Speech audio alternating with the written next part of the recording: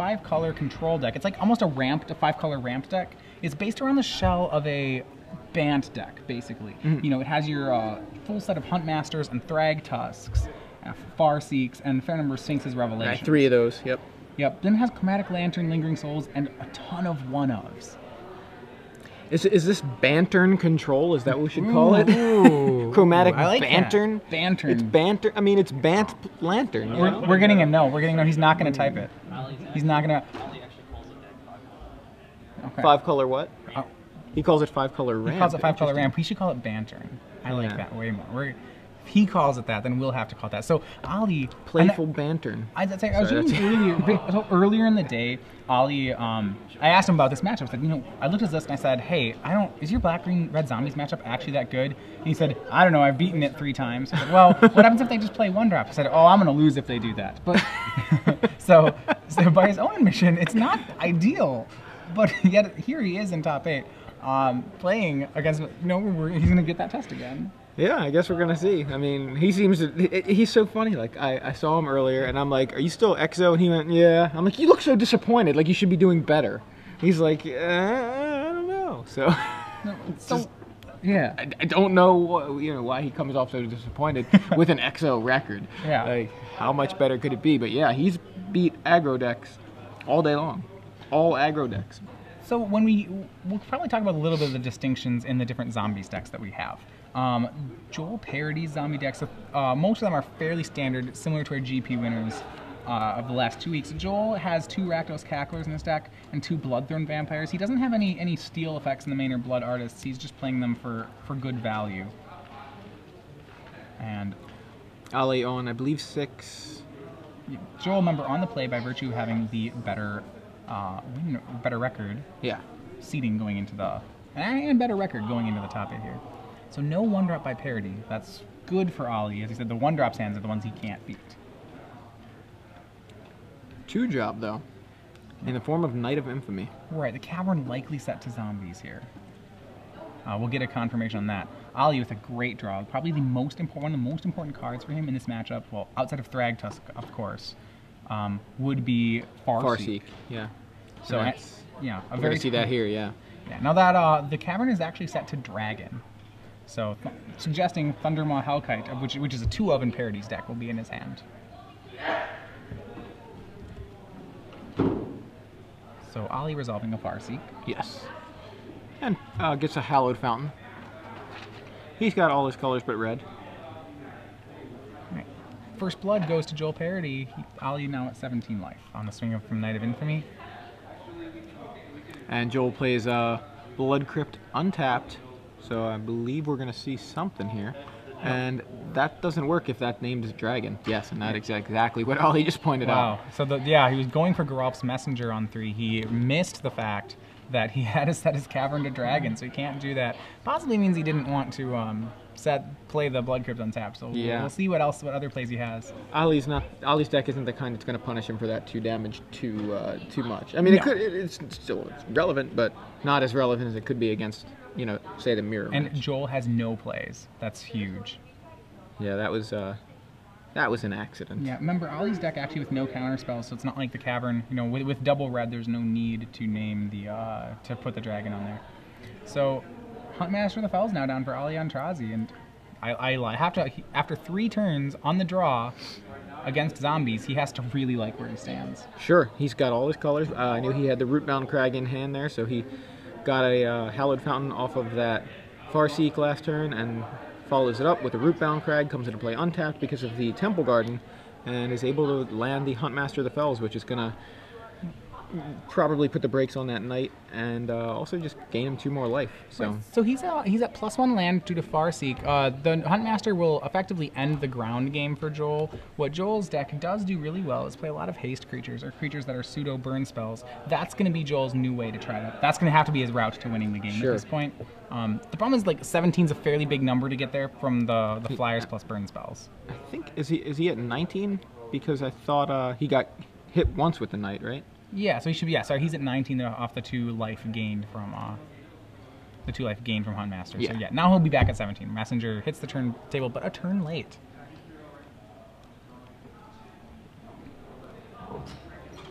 So Paradee still with a full grip of cards. So when you're Ollie, you have to kind of imagine what would those cards be.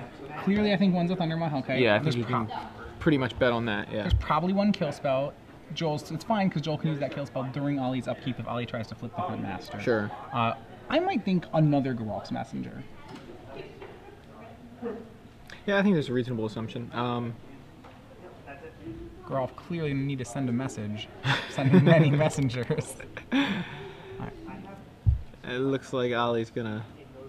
Oh, he's thinking about attacking there. And so what Ollie needs to do, I know now that he has his land set up, he just needs to really survive the game. You know, he just needs to survive until he starts hitting lots of Thragtusks, or until he can get into his later game. He does have another Huntmaster in hand. He has Gisela as well, and there comes the wolves. Well, a wolf and a Huntmaster, which is like a wolf. The Huntmaster attack here is pretty interesting, and I think pretty heads up by Ollie. He actually can race pretty well in this matchup, or from this board state. And on top of that, just trading creatures is not necessarily a bad thing for him. Yeah, he wants this game to go late anyway. So any way to kind of, if he wants to trade creatures, like that's fine. And Joel takes. Joel takes it. So Huntmaster number 2 from Ollie. No real sweeper in Paradee's deck, so this is going to be very hard for him to get through. Yeah, Sever the Bloodline would be pretty nice, but that's not in the 75. Right.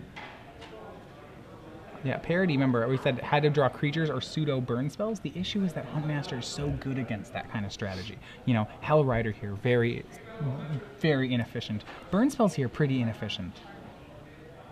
Yeah, Joel's got, Ollie's really just got the ground gummed up entirely, and Joel's got to find a way to get through it. So, Pillar for the tapped Huntmaster, interesting.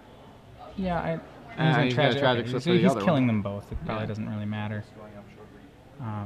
No, if he hadn't followed up with Tragic Slip, I would have wondered. Yeah, but he'll swing for 4 with Messenger. Ollie will probably have to take. He's debating whether he wants to chump block that, but probably not. Ollie can contemplate racing, and he drops to 15. Yeah, not unreasonable. He's healthy here. A little bite from a zombie's not gonna. Joe would love to add another threat, but he's unable to do so. All right, tap out. And is this going to be if this is the 5-3? That's pretty big game. He's thinking about it. Maybe. Well, I mean, there's nothing. If it's Thragtusk, I don't know if there's anything to think about. Sure. Here. He's definitely thinking about something because he just tapped 5 and untapped. Yeah, if you have 5 is Curse of Death's Hold. So that was what he was thinking about. And so Curse of Death's Hold down, and Ollie, I want to say he's going to swing like he does have, and he does with the Tusk in hand, which he does have. But I think he's safe. He's pretty safe. That Geralf's Messenger is kind of embarrassing. Joel at 10. Remember, he does have Thundermaw Hellkite, or presumably has Thundermaw Hellkite in hand. And that attack will only put Ollie down to 9. Ollie with Thragtusk, I think he's in the clear this game. Certainly in the driver's seat. Joel plays Swamp. Yeah. So, running down, we didn't actually run down through much of our top 8 here. So as you're seeing right now is Ali Aintrazi versus Joel Paradee. They were the 2 last undefeated players in the tournament, now playing in top 8. Your other matchups, you have Paul Longo and Patrick Schiffett, Black Red Zombies versus Naya Midrange. Lyle Rolfs and Cedric Williamson, Black Red Zombies, Jund Midrange. And we'll come to that matchup when this one finishes. And the last one is Andrew Davis versus Danny Goldstein, which is Blue White Flash versus Black Red Zombies. Now, Joel didn't play his Hellkite there, if he has a Hellkite, which we assume he does because he named Dragon off of the cavern. We've got to have something. I can't picture anything else that he would have. Exactly, and then I'm even wondering, like, why not play Hellkite there? Even if it's a 4/4, you know, it's still a guy you want to attack, right? Messenger's gonna. I mean, I think it means he doesn't have one. I can't see. That's what I'm thinking. Like, it doesn't make any sense. So, wolves come over. Geralf Messenger gets in front of one of them. They trade. Undies, yeah. Yeah, but now Thragtusk just is helping set this game further back for Ollie. Yeah, and further back for Joel. He's setting things up for Ollie. For Ollie to get this one. Like I said, he's been having a great zombies matchup all day. And so far, he's really capitalized on some tempo loss by Joel, and cursed Thragtusk. With Thragtusk and 2 Huntmasters, it's pretty hard for zombies to win through all that. Huntmaster seems so good against these zombie stacks, and especially if you have double Huntmaster like Ollie had. Right, it's a really good card. The danger with it is that it needs a follow-up. You know, the Huntmaster won't beat zombies, but it's the Huntmaster with, once Thragtusk is there, then it will. And second Curse of Death's Hold down for Joel. Yeah, and Or that's for just Ollie, gonna, that's Joel. it just blanks Joel's deck for the most part. Yeah, the second one's really backbreaking. You know, who wants a 5 mana 3/3? Yeah, Joel. Thunder Mahal. Yeah, Joel down to 3. I mean, there's not much he can do here. Ollie had a very healthy 18. Joel draws his card, and I would love to know what's in his hand. Yeah, I don't, you know, maybe burn spells. It was never really a great time to use some of them. Yeah, I mean, it could be cards that just come down in the Read of the Hellkite, which are just dead to Curse of Death's Hold. Yeah, now he's in a situation where so many of his cards are just dead. And another Thragtusk drawn by Ollie. Jeez. So that's a 3/3 that's going to get in front of the Thragtusk. Yep. And yeah, that'll be fine. leave a beast. It's another yeah, lethal creature. It's a beast. Fine with that. Yeah. At this point, Joel's just trying to. See, Ollie, I believe, has a beast token somewhere. I hope. Yeah, he's gonna. Yep, there it is. Okay. And I'll play another Thragtusk. It goes up to 23. Now, you know, ending the game at over 20 life against zombies, pretty good. Yeah, and that gets the concession from Joel Paradee. So Aintrazi takes the first game, 1-0. Just over 9 minutes, and yeah, we did notice, and thank you for those of you online who caught this. Pillar into Tragic Slip actually doesn't work. We did, I believe the table judge actually did miss that, and probably missed that here in the booth too. I don't think it affects the outcome of the game, but it's probably something we will send over to the judges as a note that both players probably receive, you know, as a warning for that. Morbid needs a creature to die, which means hits the graveyard to activate that, which Pillar does not work for. So yes, he did Pillar into Tragic Slip. So maybe Ollie would have taken that game in 7 minutes instead of 9. Right. I think if. All right. Well, anyway, we are in the middle of our top 8 match, so we're going to bring you back into the booth. Hi guys. Welcome. Yeah, I was going to let you go ahead and talk. Oh, okay. So, for those of you who've watched maybe a Star City Games Open before, and thank you for joining us in the top 8. We have a nice thing we do in appreciation for you guys during the top 8 and finals of our Opens, and that is we ask a trivia question with increasingly better prizes. The first one we're going to ask is going to be, the winner will receive 3 months free of Star City Premium. Yeah. So how do you win this fabulous prize? Well, you must put this hashtag SCG Premium on your tweet. It's a Twitter account. You can put anything else on it. You can put SCG Live, you can put SCG Baltimore, you can put one of our names on it, but it will not be counted unless it has the SCG Premium hashtag on it. So yeah, we're going to ask you a question, and one random correct answer with the hashtag SCG Premium will win 3 months of SCG Premium. So Joey is going to lead us out here. What do we have? So I thought I'd give you guys a softball. All right, so this is for 3 months, so yeah. It's based on the way that game went. It may be slightly more difficult than it could have been. It could have been easier. Okay, well now I'm intrigued. But we'll say, okay, so Ali Aintrazi obviously playing a multicolor deck here. Yep. 5 colors. So for 3 months of SCG Premium, what 3 mana artifact helps make Ali Aintrazi's 5-color control deck run? Okay, so we're looking for a 3 mana artifact in Ali Aintrazi's 5-color deck. Yeah, and you know, he doesn't need it because we didn't see it that game. No, we didn't see it that game. I believe it's the only 3 mana artifact in his deck, so that's what we're looking for. If you somehow find his deck list somewhere, that's a good lead. Yeah, all right. So yeah, just go ahead and tweet that with the hashtag SCG Premium. Yep. And yeah, so let's look at the sideboards here. Sure. So we have Joe. We'll go ahead and bring you back into the match. We're gonna look through the sideboards here of the players. We have Joel Paradee over on the right. His sideboard he has a pair of Zealous Conscripts, which is probably one of the better weapons that he can use in this matchup. Yeah, for sure. Just being able to take one of those big dudes and swing in with it, even connecting once, could put the game away. And of course, he's got options to potentially Yeah. just permanently deal with something. So Zealous Conscript, steal something, sacrifice it to Falkenrath Aristocrat or Bloodthrone Vampire. Like he's got ways to deal with those. Right. So, so that on the other sideboard, that's probably the most relevant card we see here. A lot of the other things, duress is a possibility, but actually a lot of Aintrazi's cards are creature spells. So duress runs the danger of missing. Where at Appetite for Brains, I think we would see it sided in here, but it's duress, it might be staying in the board. Other than that, that's probably all that Joel will be siding in. On Ali's side, this matchup gets significantly better for him. So winning game 1 is pretty relevant. Winning game not, but because Joel is going to be fighting uphill for both these remaining 2 games. Yeah. 2 more, or he's already got 2 main deck Curse of Death hold. So he. Oh, okay. I'm sorry. I read that wrong. I saw Curse of Echoes and thought Curse of Death hold. I'm like, he's gonna bring in a 3rd one. Wait a second. That's Curse of Echoes. So yeah, we've actually seen Ali sideboard this once before earlier today. I missed that. So, okay. So yeah, what he did in the matchup, and I believe I see no reason he wouldn't repeat it, is he'll side in the 2 Centaur Healers and the 2 Rocks Faith Menders and the Abrupt Decay. Yeah, that makes sense. Yeah, the idea is that he may be board in Tragic Slip, maybe not. The idea is that he just wants to play kill spells and gain life in this matchup. A lot of his actually flashier cards, for example, he has Gisela, Gristlebrand, Nicol Bolas, Planeswalker. A lot of these I have to imagine come out in the matchup. There's no reason to keep all of those in. Yeah, he becomes more of a traditional just Bant deck. Yeah, Bant plus, a couple other removals. Yeah, a couple odd choices. Some Bant that can play Abrupt Decay or Curse of Death Soul. Yeah, we may even see Tragic Slips. He has a fair number of cards that don't do too much in the matchup. He has Rakdos's returns in the deck. That card's fairly unimpressive in the matchup. Yeah. So if he cuts this Gisela, the Gristlebrand, the 2 Rakdos return, that's 4 cards there. The Nicol Bolas, that's 5. He can bring we'll probably see, and that's easily for the Abrupt Decay and the 4 life gainers. Right, exactly. So that's perfect right there. I mean, he may just stick with that. He could potentially cut. I don't even know if that's good. He might not want Garruk's Primal Hunter. He may just want a Tragic Slip over that as well. That's something else I might see him do. But outside of that, yeah, he's just more removal, more life gain. He'll be better positioned in that situation.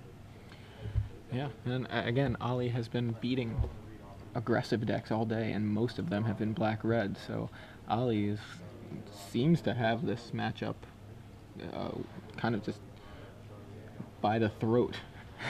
I mean, except for that final round where apparently he lost to it. It was black-red zombies that he played against then, right? It was versus Paul Longo. When he played Ali earlier, you mean? No. I mean, didn't you say he lost his final round? Yes, he lost his final round to Paul Longo's Zombies deck. And that one's slightly different. That's the.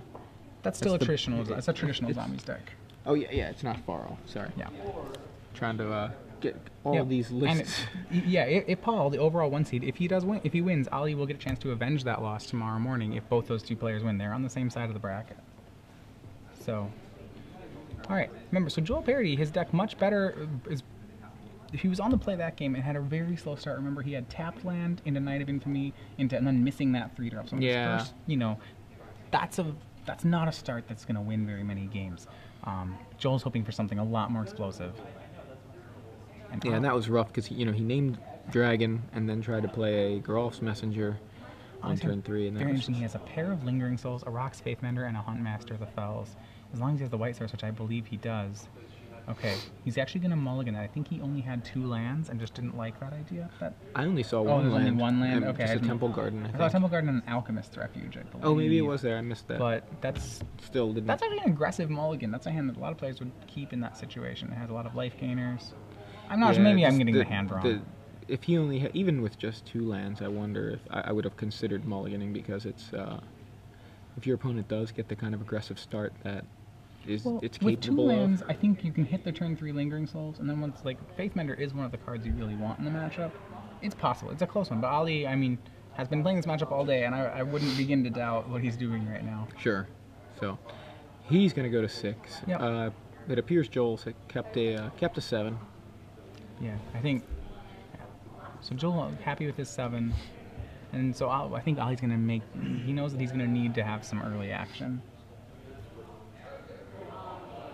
The interesting thing about Ali's deck is that he does not have many sweepers in the deck. He has 1 Detention Sphere in the deck and has no Supreme Verdict. So despite being, his sweepers are those 2 Curse of Death Souls we saw. There's 1 Terminus in the main, apologies. So, but that's really it.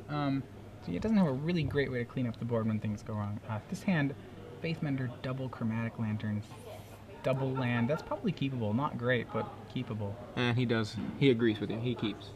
Gravecrawler from Joel on turn 1, and Ali plays Sunpetal Grove tapped. Does not draw a land on turn 1. Second Faithmender. So if he can survive until turn 4 and hit the Faithmender on curve, he'll have a very... I'll like where he is. You like his chances, yeah. So Knight of Infamy comes down, makes the Gravecrawler a little more threatening, in for 3. Ali down to 17, and we're going to see Cavern likely next turn, unless he top decks a different land, and he does. It's a Sunpetal Grove. He's going to play that and pass Now the danger is Knight of Infamy. The protection from white is pretty relevant against the keep that Ali's on. Yeah. Unless that's a tragic slip in his hand, which it might be.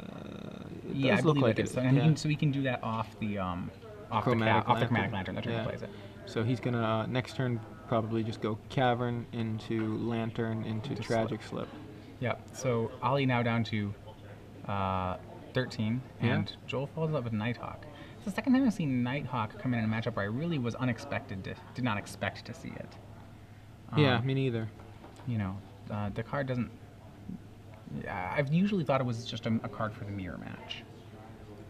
So Ali plays Cavern. We don't know what he named, but plays Chromatic Lantern on 3. It doesn't really matter what he names, actually, because Joel doesn't blow up artifacts. Sure. Joel doesn't counter spells, and Ali's lands all tap for any color. Exactly. So it doesn't actually do much right now. I mean, other than be a land. And we have the Tragic Slip for the Knight of Infamy. Excellent. On Joel's attack. And that's going to knock Ali to 9 here. Pretty dangerous territory. There aren't Brimstone. Remember, Joel's deck actually is very low on burn. It just has 4 Searing Spears. And two pillars, which might not even still be in. Yeah. Especially once I've seen that he's boarded in Nighthawk, something I wasn't really expecting. My guess would be that he's boarded out the Pillar of Flames. So apparently Cavern named Human. Ah, I see. He could have just named, you know... I would have named something Hippopotamus spicy. or something. Yeah. Alright, second Nighthawk from Joel Paradee. Alright.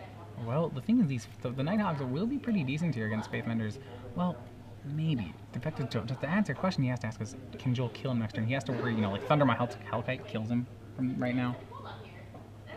But I don't know if he has a way around this, so he has to decide whether he wants to hedge by playing Lingering Souls or just go straight for the Faithmender attack.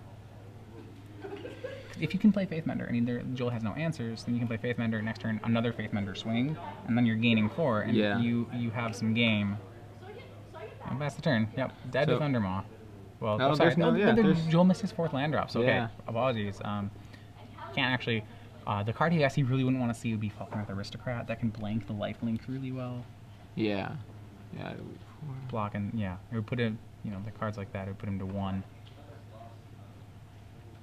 But yeah, Faithmender gives Ali a chance here. If Joel's deck doesn't produce right now, he can really fall behind. Yeah, so he missed his 4th land drop and didn't play anything on 3. So if he's missed his land drop here again... this represents Tragic Slip. It has to be. I can't think of another reason why you'd want to swing into the lifelinker. Yeah, and Ali's thinking the same thing.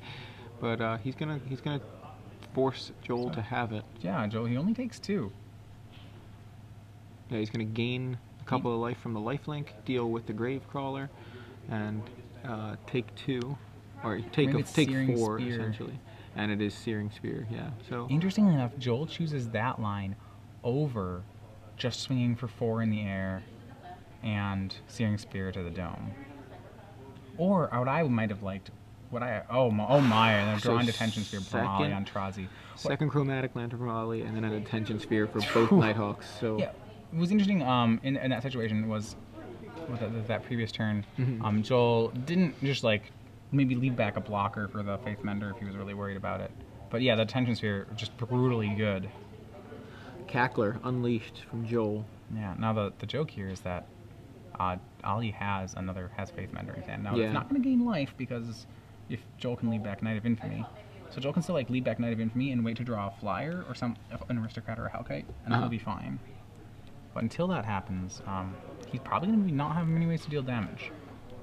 Yeah, and that's all Ali wants. That's perfectly fine with Ali. He's just, play his cards live for a few more turns and then play something that's just going to completely take over the game. There's Faith Mender. He does have that Lingering Souls, but he does not. Still does not. A lot of his land does not have a buddy for the Rootbound Crag. So yeah, of all the, he has every mana, but it's still like everything still comes into play tap.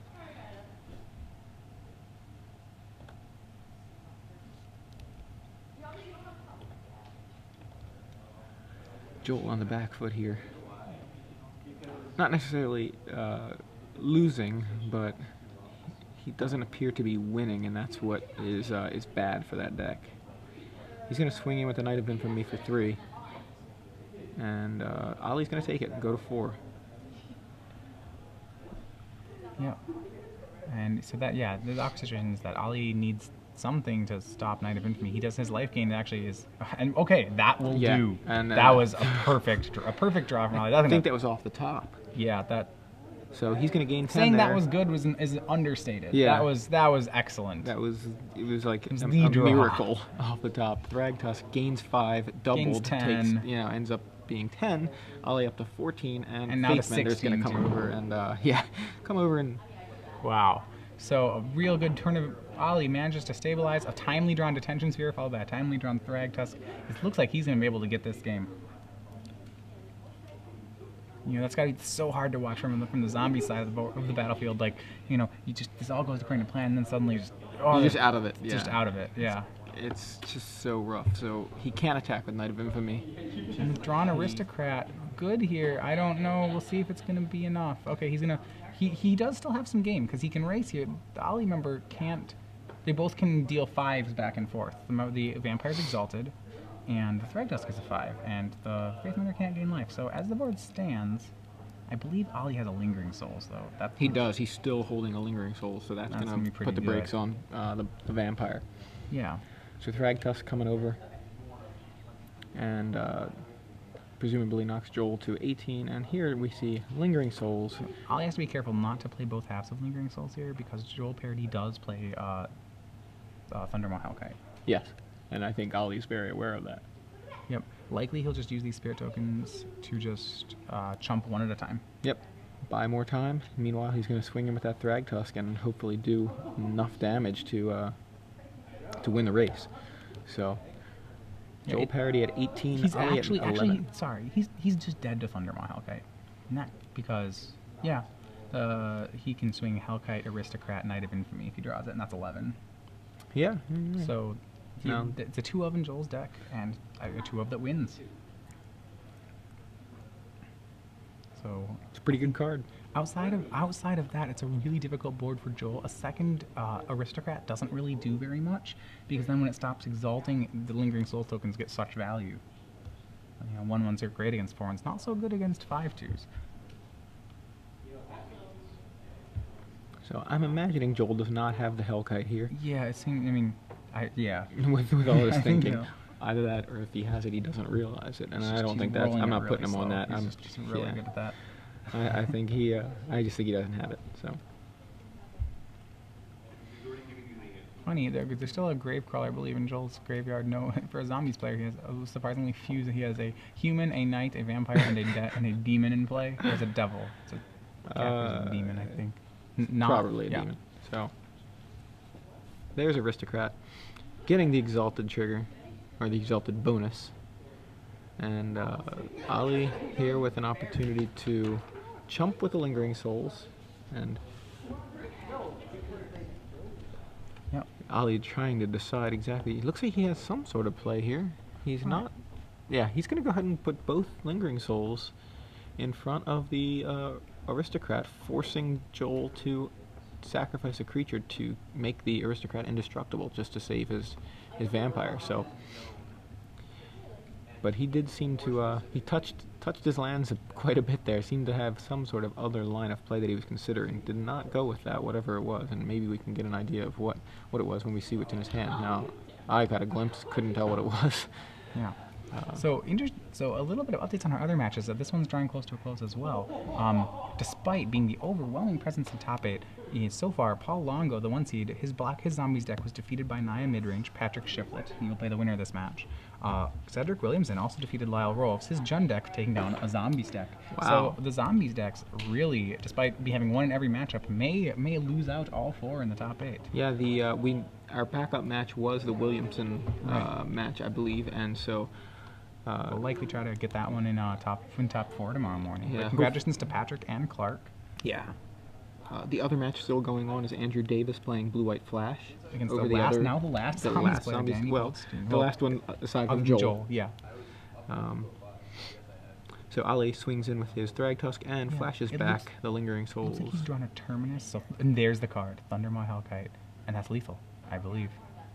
Oh my! So that's 2, and if he just goes for it, that's yeah, that is exact. And that was the card he needed. It was the 2 he was going for. It's exactly 11. Now, what does Ali have? Because he has Terminus. Okay, I didn't know what he was touching his lands for. It seemed. Let me read this again to make sure. Yeah, did that actually just get me? Oh, yes, I suppose it did. And on to Game 3, Joel Paradee, the lonely undefeated player still in the tournament, hits the 2-outer, and they're gonna go to Game 3. Wow, that was kind of. That's one of those games. Swung back. It's just like. I mean, we knew it. We commented on it before. I said, okay, well, yes, if this card actually is lethal, Al can't answer it. And remember, there are only 2 of it in Paradee's list, but as advertised, it was very lethal. Yeah, and if you're Ali there, you have in your hand land Terminus, and I mean, you can't reasonably Terminus there either. If exactly, you Terminus, that's what I'm saying. Dragon like, also. What do you? Well, you swing and Terminus, it'll be your 3/3 and Lingering Souls tokens against a dragon. That's not a good place to be. Sure, but he at least he lives another turn. I'm not saying. Yeah. I'm just trying to say like if you're Ali there, you don't you will not reasonably Terminus. But if you did, he maybe lived another turn. It just doesn't seem like the right play. I think Ali made the right play by not using Terminus. But looking at his hands, like you look at it, and I think maybe he knows that he's dead to Thundermaw Hellkite, but.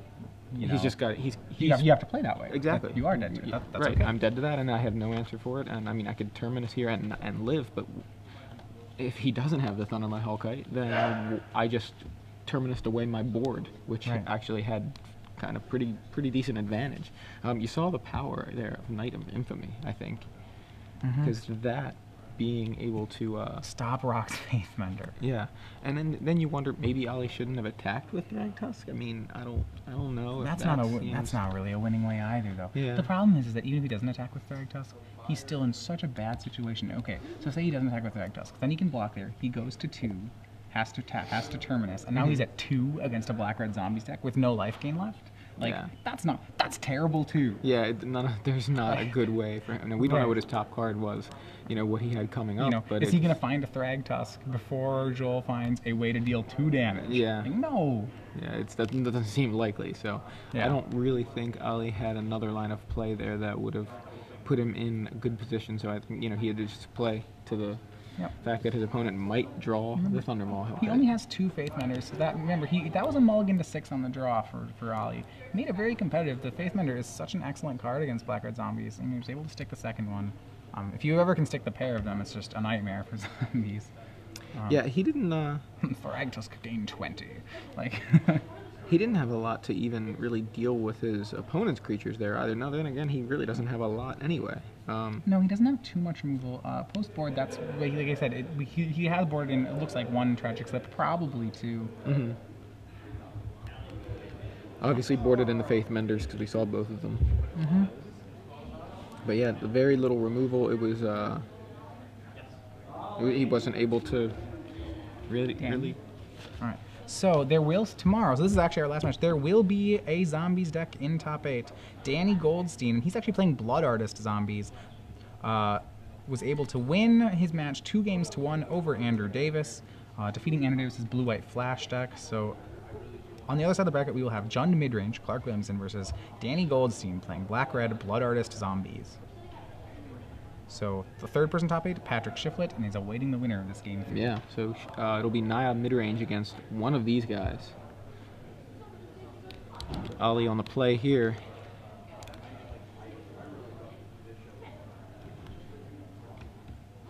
right, and yeah, on the play, I mean, I think you still have to like Ollie's deck here. This is clearly a close matchup. I think I'll give it to the guy who's on the play. That's where I'd want to be here. Yeah, I agree. It feels like Ollie has to draw the right combination of cards, but then again, so does Joel to win. And it sounds like a ridiculous thing to say, but well, post board, Ollie has a lot of really good combinations. You know, his deck I think really improves in the matchup. And you're right, it was kind of a shaky 6. He kept, like, it was fine. He made it competitive, but he mulliganed, and his 6 wasn't stellar by any means. Yeah, his first play was turn 3 Chromatic Lantern. Yeah.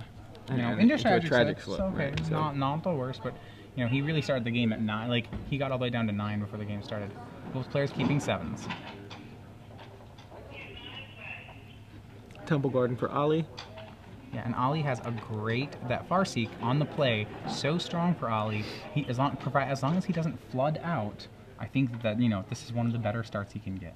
And he draws a second copy of Lingering Souls. He already has one, drew a second one. There's the Farseek. He's gonna find a Hallowed Fountain, I imagine here, or maybe some way to flash back the Lingering Souls if he doesn't have one in hand. He just wants something with black. No, he's not going for Hallowed Fountain. He's going for. What is his black? I think it's probably his black land. Yeah, Overgrown Tomb maybe? Yeah, it's Blood Crypt. A Blood Crypt, okay. So, blue, white, green, red, black. That's 5 colors. Yeah.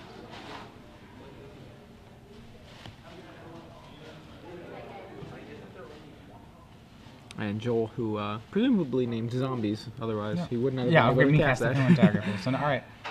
You can expect it to be, large cards to be serving up pretty quick. So Joel needs to have a good hand to compete with this on the draw. So he's gonna knock Ollie to 18 here. First blood, not surprisingly, goes to Joel. He's gonna play Guildgate, and he's gonna follow up with another 1-drop, and that is a Gravecrawler. All right, so this is the kind of start Joel wants. It's not the triple 1-drop start, but it's close. A double 1-drop's pretty good if he's on the draw. So now the question is, what cards does Ollie have?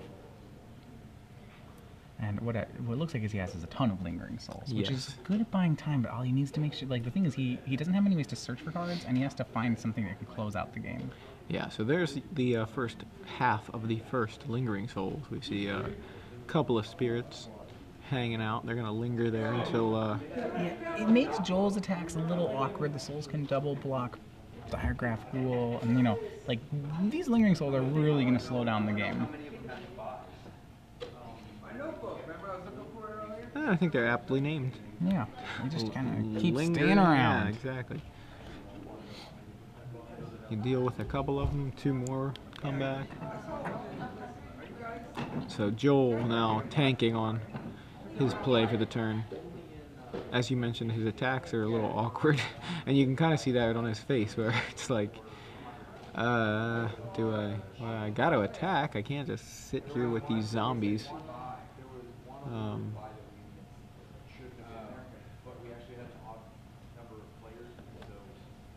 All right.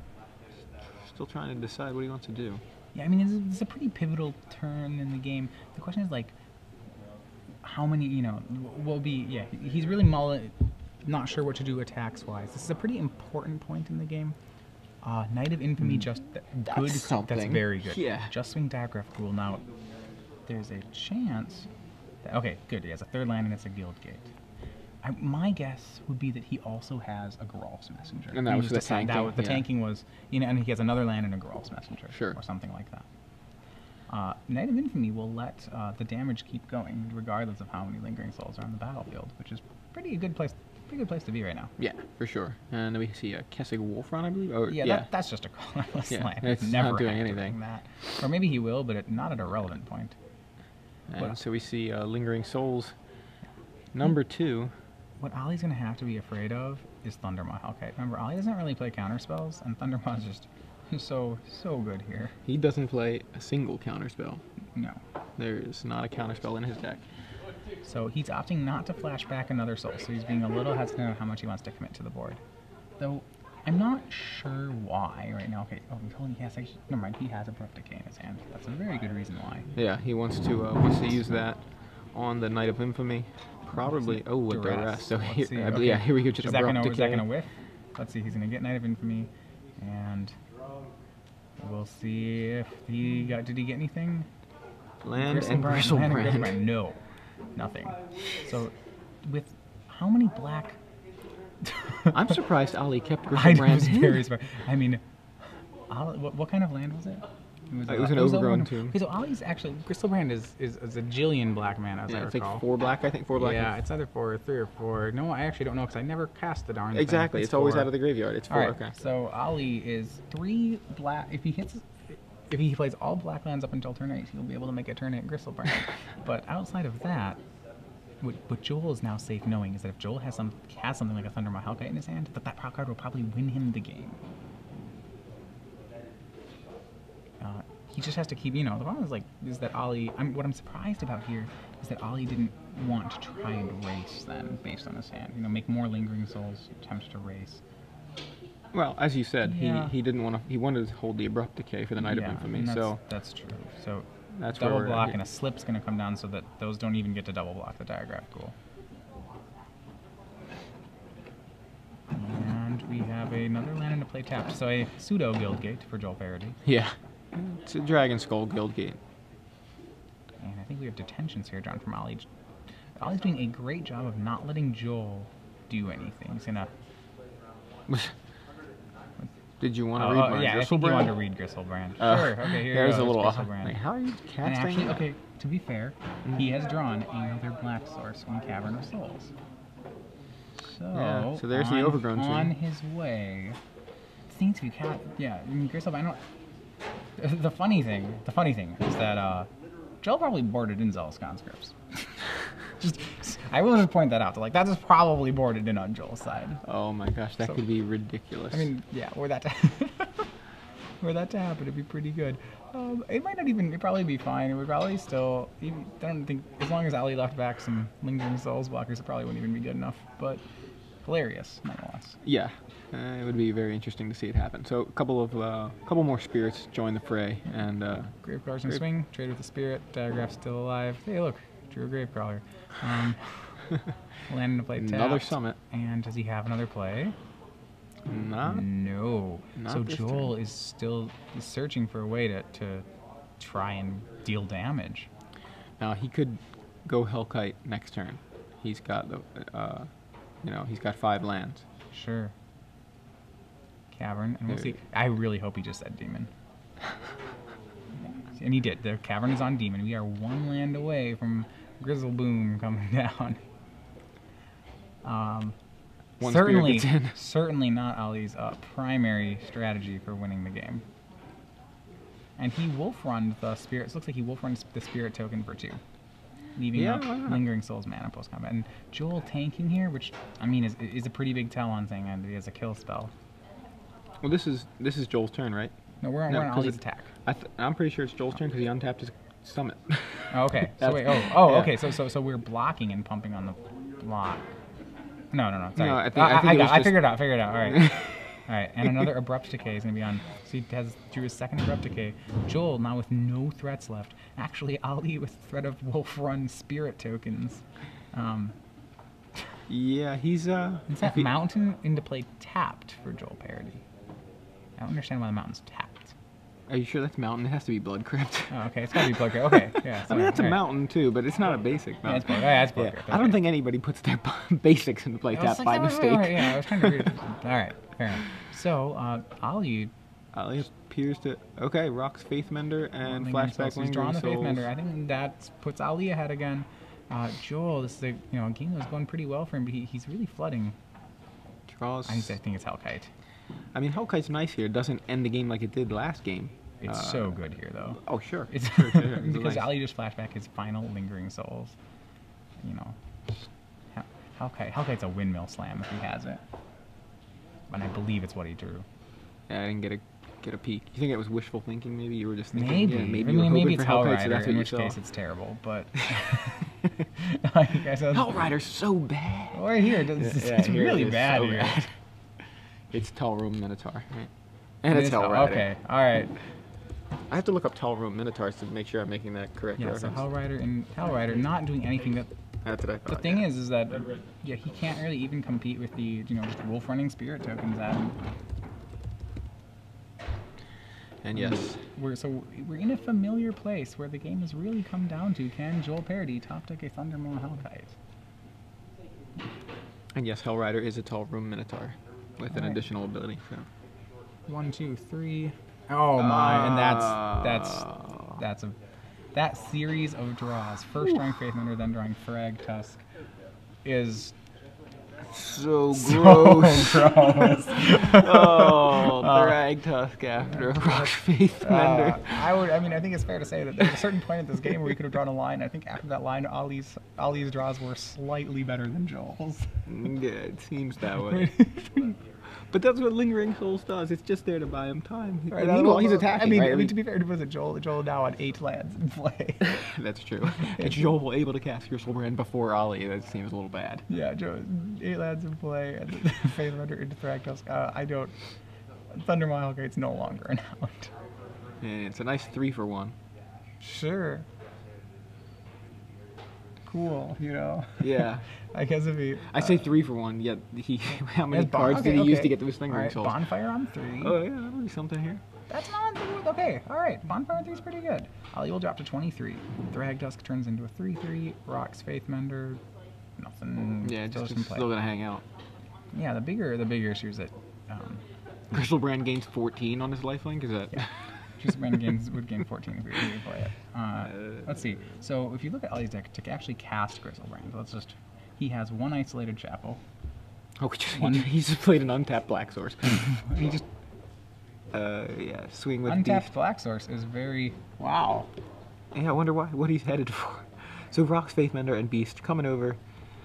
If I'm Joel, I don't want to throw up there. Like, really, we're gonna... Yeah, I don't know if Joel sees that Griselbrand. Okay, that's big old lifelink. I don't even... I was like, I am not getting Griselbrand. No, not on camera. Fine, you got it. So Ali Aintrazi is 5-color machine, heads on to the top 4, and will battle tomorrow morning.